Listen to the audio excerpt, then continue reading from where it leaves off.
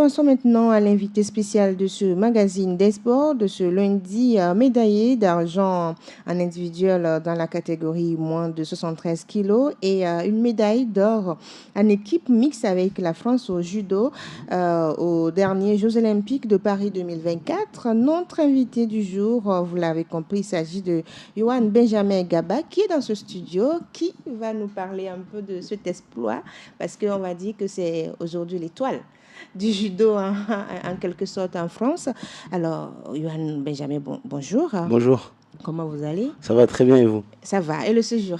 Ouais, tout se passe bien, ça va. Je suis avec ma famille. La médaille, vous l'avez laissée en Ouais, France? elle est en France. Trop compliqué de les trimballer comme ça. Ouais, ouais. Alors, très jeune, vous vous êtes lancé dans le judo et aujourd'hui, lors des derniers Jeux olympiques de Paris, vous repartez avec 2 médailles au cou. Qu'est-ce que cela signifie? Qu'est-ce que cela vous fait? Ça, c'est d'abord la médaille résulte d'énormément de travail et de sacrifices que j'ai fait.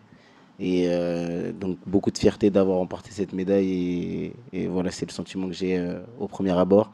Et après, bien sûr, de vouloir confirmer et faire mieux aussi aux Jeux de Los Angeles encore. Alors, qui est Yohan Benjamin Gaba pour Moi, nos auditeurs? qui suis-je? Oui. Je suis un judoka et je suis né en France mais d'origine togolaise. Donc voilà pourquoi je suis là aujourd'hui. Et on va dire ça définit assez bien qui je suis. Et après, qui je suis, c'est au sens large. C'est au sens large. Alors, qu'est-ce qui vous a amené au judo d'abord? Au judo, c'est ma mère qui m'a mis au judo quand j'étais petit. D'accord. Elle m'a mis au judo parce que j'étais assez turbulent, etc. Ouais, pour contrôler un Voilà. peu L'énergie et le surplus d'énergie. l'énergie. Ouais. Et un peu apprendre la discipline, etc. Parce que le judo, c'est beaucoup de valeurs, un code moral, etc.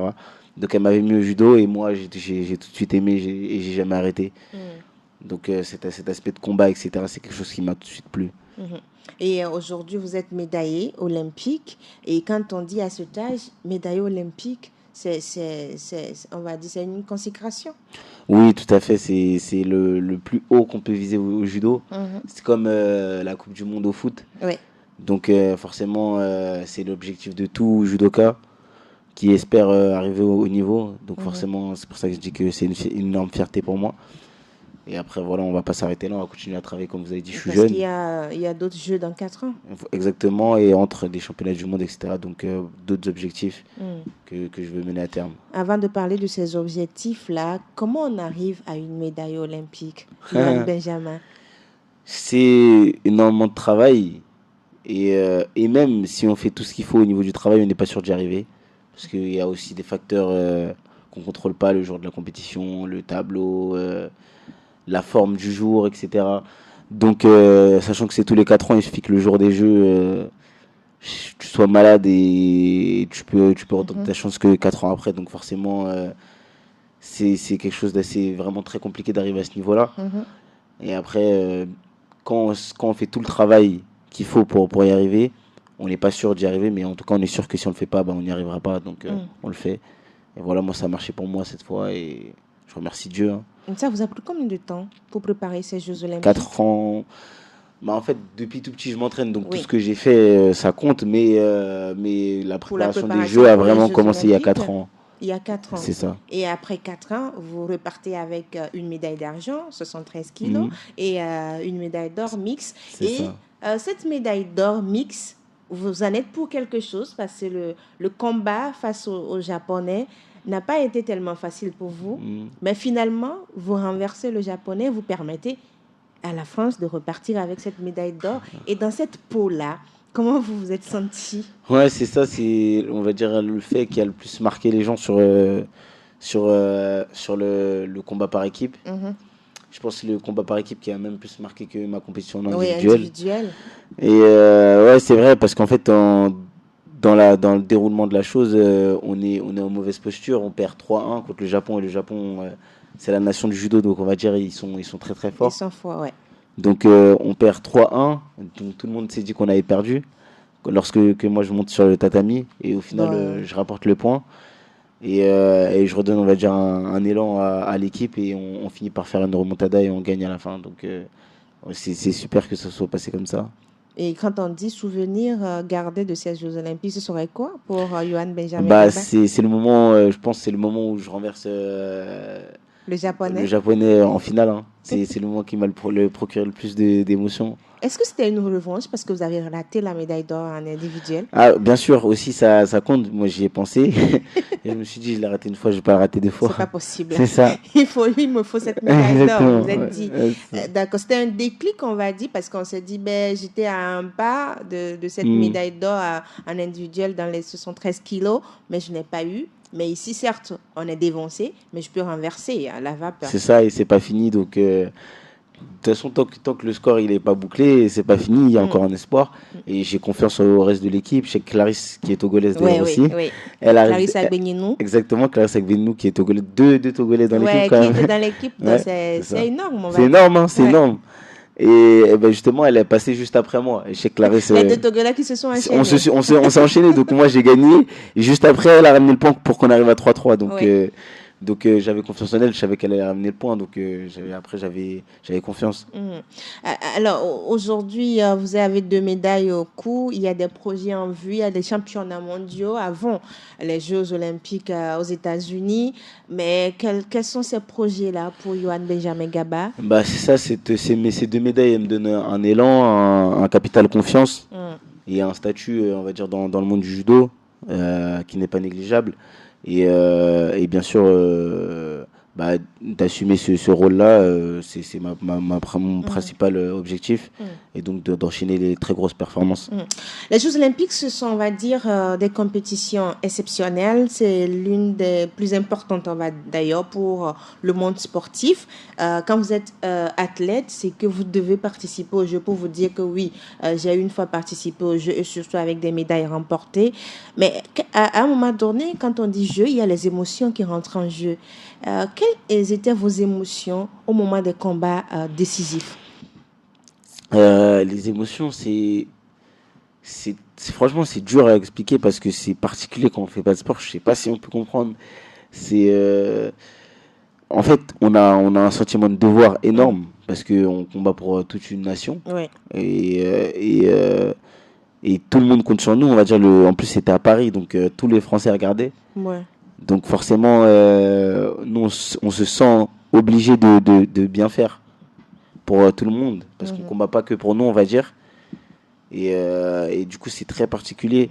On a ce sentiment-là, mais en même temps, on combat pour nous parce que c'est nous qui avons fait tout le travail pour en Mhm. arriver là. Donc on combat pour nous. Moi, je repense à tout ce que j'ai fait, tous les sacrifices que j'ai fait, etc. Les blessures, C'est les ça, fatigues. exactement. Ouais. Et je repense à tout ça. Donc forcément, j'étais galvanisé au Mm, plus haut point. ouais. Alors, et en finale, ce sont, on va dire, des émotions à double. Parce que ici, vous avez commencé une compétition par des étapes, après vous arrivez en finale parce que vous avez eu la chance de disputer deux finales. Et Oui, c'est ça. il faut contrôler tout ça. Je Ouais. suis à un pas de la médaille, je fais quoi? Mm. En tant que jeune, on vous écoute également tout à l'heure. Un jeune qui vous écoute, il se dit, ben, comment on fait? On contrôle ses émotions, on se contrôle pour pouvoir Je gagner ce comprends. combat. Comment on fait? Après ça, il y a d'une part qui est l'expérience. Donc toutes les compétitions qu'on a fait depuis des années, parce que nous on arrive au jeu, les gens Ouais, peut-être ils voient ça, mais il y a eu des championnats du monde, j'ai perdu plusieurs fois, voilà. Vous avez pleuré. j'ai pleuré, j'ai pleuré, c'était dur. Je faisais 11 heures d'avion pour aller à Abu Dhabi, je perdais au premier tour, je rentrais chez moi, etc. Des trucs comme ça que les gens ils voient pas, Ouais. qui font qu'après on arrive le jour de l'événement crucial et on est prêt. Donc ça c'est un point et après l'autre point c'est la nature de la personne, hein. Mm, Soit le mental après, ça c'est des choses soit tu l'as pas. mm. Et à ce moment-là je l'avais donc Dieu merci. Et donc, ça veut dire, Benjamin, que quand on dit sport, il faut passer par des étapes, des échecs, des victoires. Mais quels que soient les échecs, il faut tenir. Parce que vous avez parlé des compétitions où vous êtes sorti au premier tour, Mm. mais vous passez des heures à arriver dans le pays. Et puis, Mm. à un combat, vous êtes rentré, en fait. Exactement c'est Mais tout ça. ça, il ne faudrait pas être démotivé en tant que sportif. C'est compliqué, hein. Le sport c'est dur et le judo encore plus.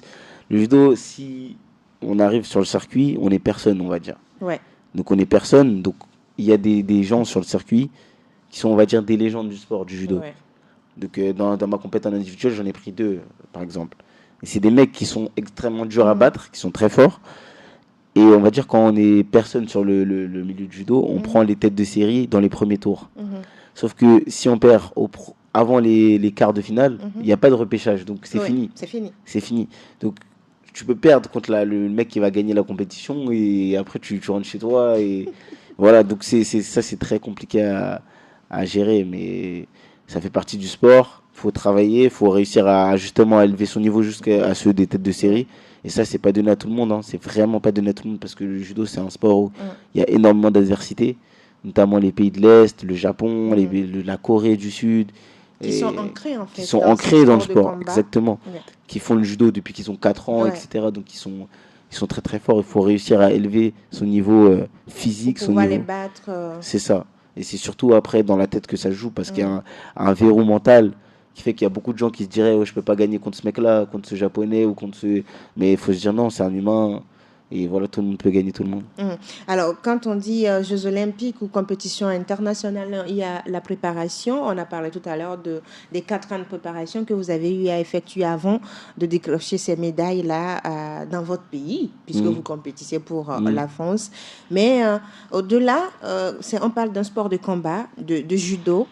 Quelles sont les stratégies que Johan Benjamin Gabas a mis en place, d'abord pour les combats individuels, avant de parler des combats mixtes pour pouvoir s'en sortir? Ça, c'est un travail de très longue haleine, parce que à partir du moment où j'ai eu ma sélection au jeu, j'ai entamé un travail de tactique sur absolument, il y a 36 ou 38 qualifiés au jeu dans ma catégorie et j'ai analysé au niveau de la vidéo, j'ai fait des analyses vidéo d'absolument tous les adversaires potentiels qu'il y avait.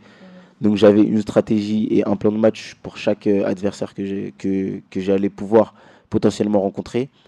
Et donc c'est des schémas que j'ai répétés à l'entraînement pour que une fois le jour du combat, ça soit des choses qui viennent naturellement. Naturellement, dans les 2 combats, voilà. dans les 2 catégories. Ouais, c'est ça. Parce qu'en fait, aux équipes, c'est les mêmes personnes qu'on peut rencontrer. Voilà. Donc ce sont les mêmes. Vous avez déjà rencontré ces personnes en individuel? Non, pas forcément. En fait, il y a un tableau qui sort la veille de la compétition. Donc un tableau, c'est un tirage au sort. Donc pour savoir qui on va prendre. Donc moi, sur les 36 qu'il y avait, je vais pas prendre les 36, je vais prendre voilà, moi, ma partie de tableau. Et ce qui fait que aux équipes, il y a encore un autre tirage. Donc je peux potentiellement tomber sur des gens que j'ai pris ou potentiellement pas. Là, pour le coup, j'ai pris personne que j'avais déjà pris aux équipes. Mais c'est un autre tirage. Mais les personnes, je les avais déjà étudiées quand même, puisque je les connais. Voilà. Alors, quelle importance accordez-vous aujourd'hui au travail d'équipe dans votre discipline?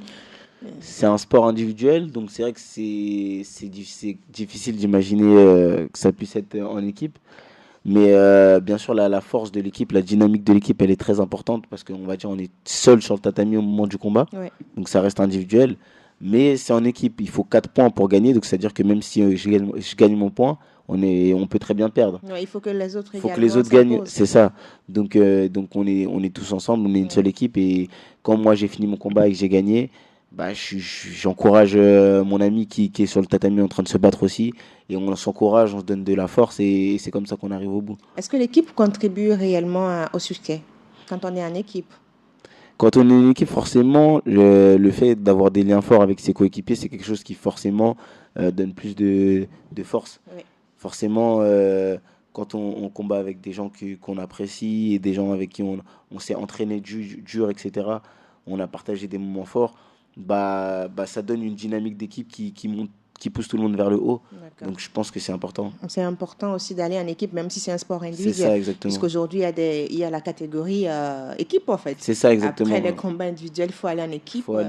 C'est une autre compétition, il faut refaire un régime, c'est une semaine après, donc je dois me repeser, etc. Donc c'est une vraie compétition et ça fait partie de la discipline. Le sport aussi, c'est l'alimentation. Donc, vous avez parlé de régime, il faut voir tout ce qu'on est en train de manger. Et donc, quand on vient au judo, c'est qu'il faut tout contrôler. C'est ça, tout, absolument tout.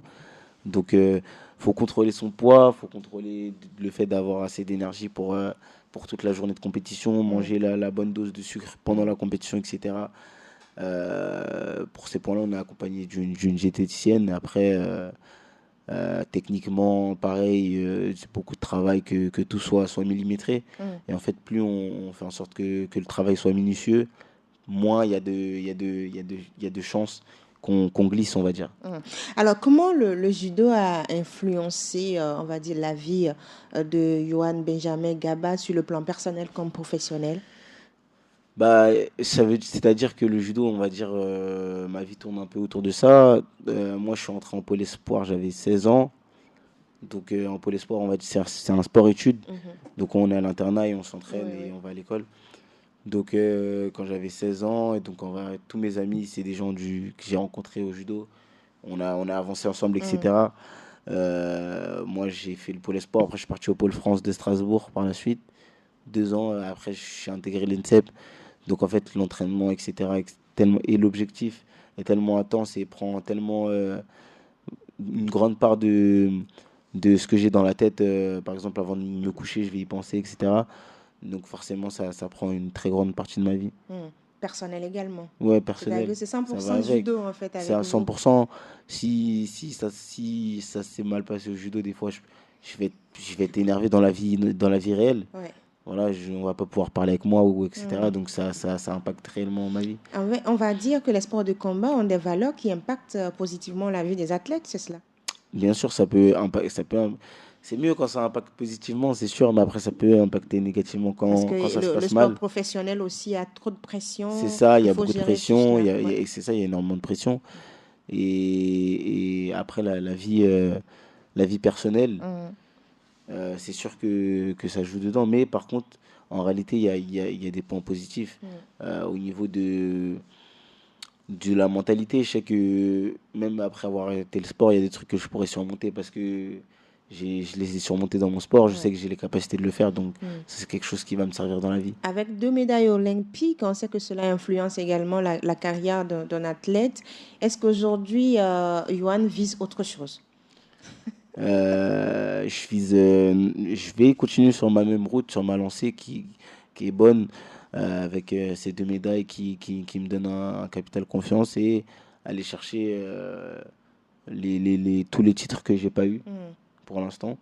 Donc, par le travail et par l'abnégation, donc je vais y aller, je vais me battre, et c'est ça ma vie. Vous devenez un adversaire redoutable pour les autres, hein. Ça veut Hein, dire que les compétitions hein. à venir, ça sera chaud. Ah, tout à fait, tout à fait. On va dire, j'ai une cible dans le dos. Et donc, les adversaires, ils m'ont dans leur viseur. Mm. Après, moi, je les ai aussi tous dans mon viseur. Oui, allez-y. Après, moi, je les ai aussi tous dans mon viseur. Donc, j'espère que ça va bien se passer. Mm.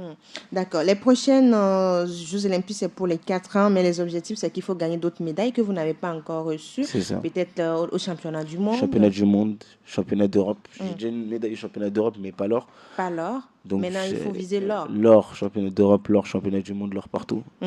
Et pour les Jeux Olympiques à venir, l'or en individuel avant de parler Tout de à fait, mix. tout à fait. Alors, pour des jeunes qui vous écoutent aujourd'hui, qui veulent vraiment, ou bien qui sont dans le domaine et qui rêvent de participer à des Jeux Olympiques, quels sont les conseils que vous pouvez leur donner pour ces jeunes athlètes? Des jeunes qui commenceraient le judo, parce que moi, c'est le judo que je pratique. Euh, il y a une adversité très grande au niveau international, Oui. où dans certains pays, le judo est développé de manière à ce que très jeunes, ils le pratiquent de manière sérieuse, et s'entraînent très dur, dès le plus jeune âge, notamment en Asie. Et, et du coup, je leur conseillerais dès le plus jeune âge, s'entraîner dur, Mm. parce qu'après, il faut rattraper le retard qu'on a D'accord. sur les autres nations. D'accord. Ce sera mon conseil. On sait que vous êtes togolais avant de compétir pour la France, mais est-ce que vous avez des projets pour le Togo? Ouais, je suis togolais et très fier aussi d'être d'origine togolaise. Je reviens au Togo depuis que je suis tout petit. Oui. Et ça me tiendrait à cœur d'aller voir. Déjà, moi, mon domaine, c'est le judo. Donc, Mm. d'aller voir comment ça se passe le judo ici. J'ai été mis en contact avec le président de la fédération. Donc, De judo? c'est ça. Donc, moi, je vais aller voir comment ça se passe, rencontrer un peu les judokas et apporter ce que je peux apporter au niveau de mon expertise et de mon expérience. Et voir comment aider les jeunes Togolais C'est ça, aussi qui tout à fait. s'intéressent au judo. Tout à fait. Alors, d'autres projets en vue pour vous laisser partir? On est en train de finir l'entretien. Non, pour l'instant, mon seul projet, c'est la performance. La performance. C'est ça. On va vous suivre de près parce qu'il y a d'autres médailles d'or à arracher. C'est Ouais, cela, c'est ça, dans les tout à fait. différentes compétitions. Yohan Benjamin Gaba, merci d'avoir accepté Merci notre à vous. invitation. On se dit à très bientôt, chers auditeurs. Nous étions avec notre invité spécial dans le MAC des Sports, Yohan Benjamin Gaba. Il est médaillé olympique, médaille d'argent en individuel au niveau du judo, catégorie moins de 73 kilos, et médaille d'or avec l'équipe de France en mix. Ils ont battu les Japonais, vous avez compris. Hein. C'est un jeune, on va dire franco-togolais qui fait de l'exploit comme sa sœur Clarisse Agbenienou également. On se donne rendez-vous vendredi pour d'autres sujets concernant le sport. Bye bye.